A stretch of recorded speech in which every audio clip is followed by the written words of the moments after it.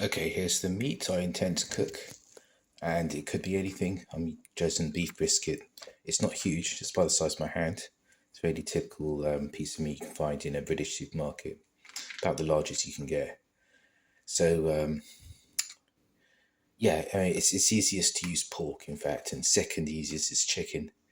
It's slightly more difficult to use beef and mutton for different reasons, but undercooking and overcooking this can cause a bit of an issue as things burn and get a bit tougher.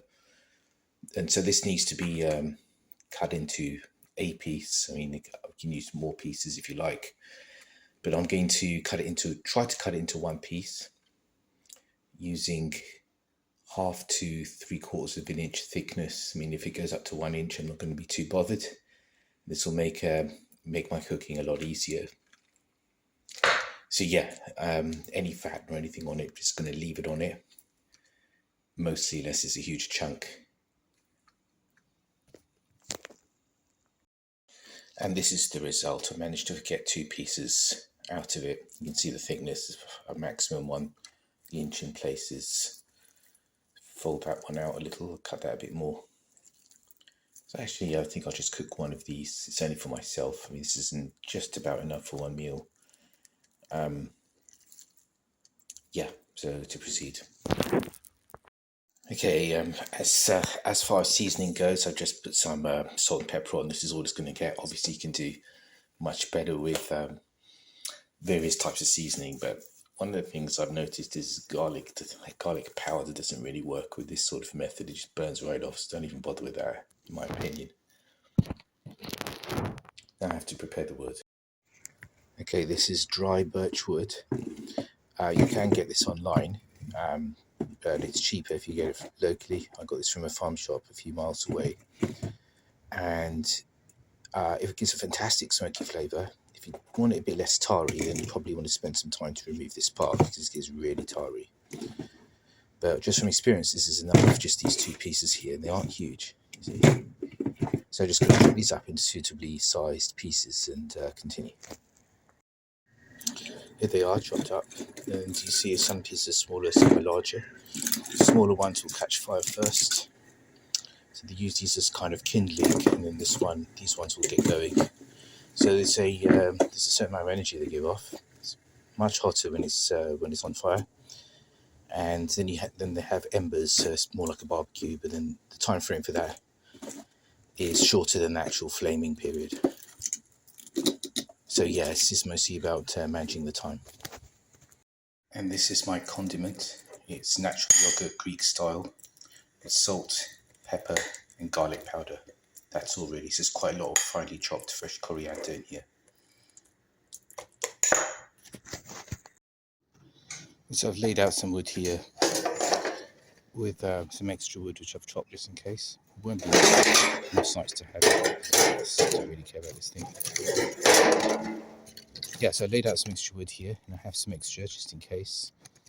These will catch fire earlier. I get them started with blowtorch. Anything else that you use will give it a sort of funny aftertaste. The worst probably are fire starters, barbecue lighters, and things like that. But you could use, I suppose, newspaper. I just let everything burn off as much as possible before putting the food on it. But whatever you use, it can't be toxic. So this is a relatively non-toxic wood, this birch. This will be fine. I prefer to not have petroleum in there, but petroleum will work. Yes, I can do this in winter without any fire starters or anything, just like this. I just got the little fire burning. I'll let it burn off a little, just to make sure the fire is well established before putting on the iron and going at it. So I'm going to do this pretty quickly because it doesn't burn forever. So the meat is gone on, and I'm not attempting to sear back to actually cook it. So this means I have to keep turning it all the time. And the colour that I'm looking for under an orange flame is actually red. So it's kind of dark red colour it gets. And yeah, let's see what happens.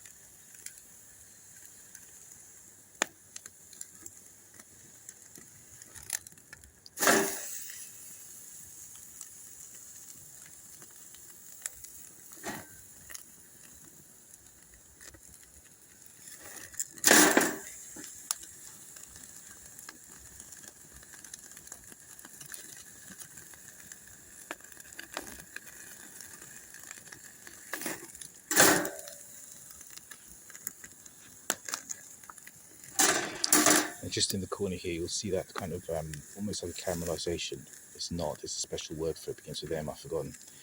And it starts to go slightly dark red. So things look different under this fire when they actually do under normal light. So it's a little bit brighter. So I have to be very careful not to let it go black. And this is mostly pepper.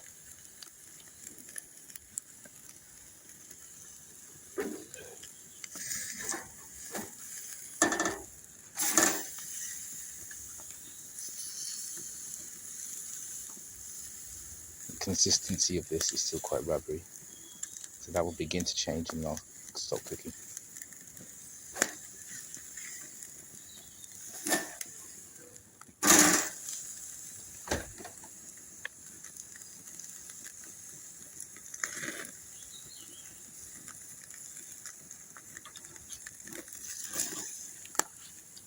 So at this point, move it out of the direct flame.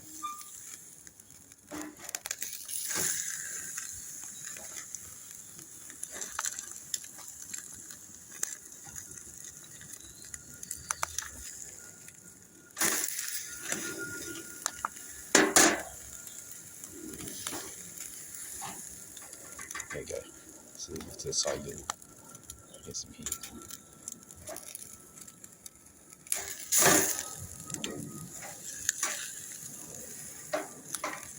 Open that up. It's too hot.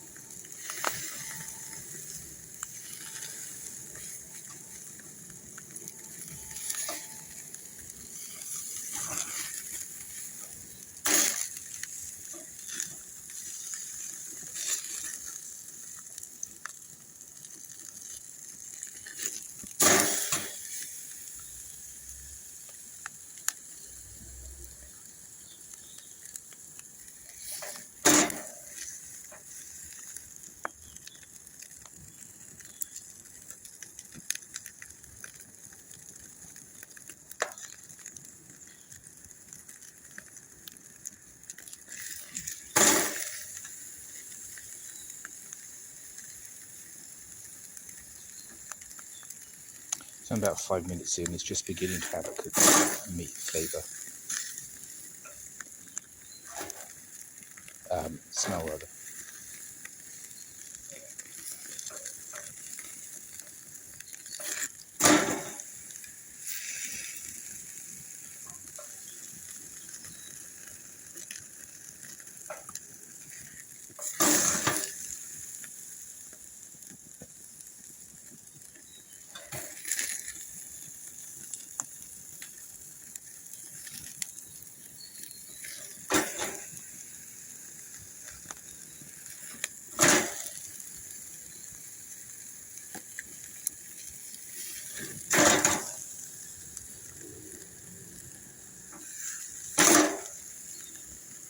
And movement's pretty quick here just to stop it turning to a crisp.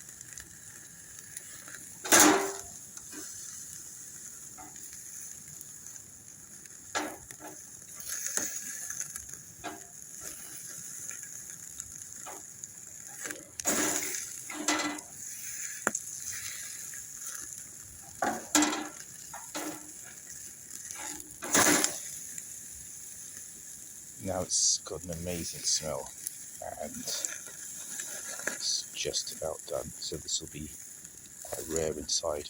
It's cooked. I'm not sure how well this comes across on camera, but it has a reddish tinge where I'm standing, and that's my cue for when it's cooked to my preference. So there's kind of reddishness here. So when it tends to go brown under the orange light of the fire, it gets burnt on the outside. So this isn't burnt, but it'll be fairly rare inside. You see, cut this.